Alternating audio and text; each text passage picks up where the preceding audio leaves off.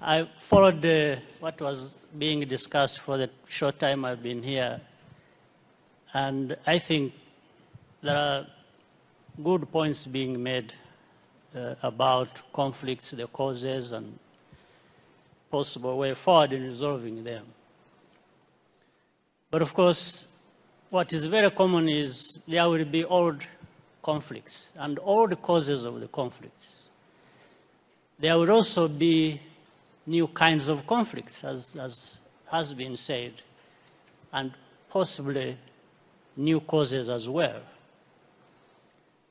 But what has been mentioned by the panelists that is important, the constant should be the kind of politics, the kind of leadership, the governance in place so that these old or emerging causes or conflicts can be resolved. This is key. And another way to look at it also and raise a question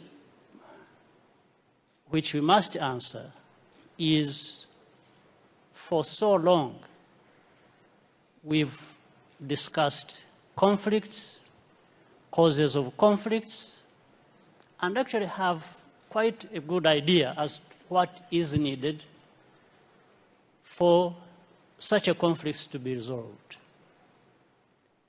Now, the question is, if we have analyzed conflicts and the causes, if we really have a good idea what all this constitutes, then what? So it comes, therefore, to the point that the leaders, therefore, should be there to deal with these problems. And here I'm not even proposing that there is one leader who can resolve conflicts alone, or that there is even a silver bullet for these conflicts.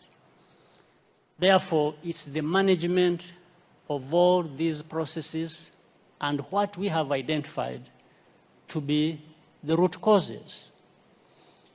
But of course, when it comes to Africa, I'm sure many people in this audience will have made the same observations. I think we must take responsibility and accept our failures in dealing with these matters. For example, relating to what President Obasanjo has just said, on the case of Boko Haram, or you can use that for many other cases.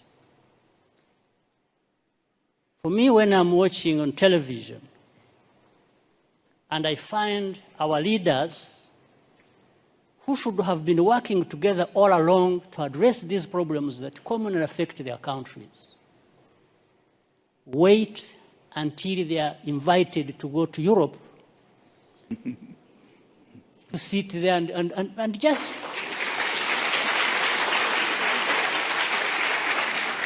it's like they are made to sit down and address their problems. Why does anybody wait for that? What image does it even give about us, about Africa? In fact, the image it gives is that we are not there to even address these problems. We are there for a photo opportunity.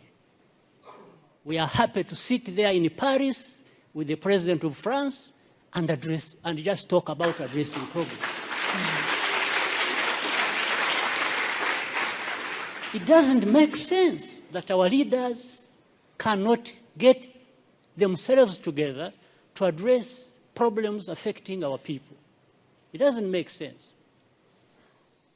Of course, I'm saying this painfully. On the other hand, that I look forward for the time when I can be like the two former presidents. I think they are more free to say things than I do. Being where they are and me being where I am. So I tend to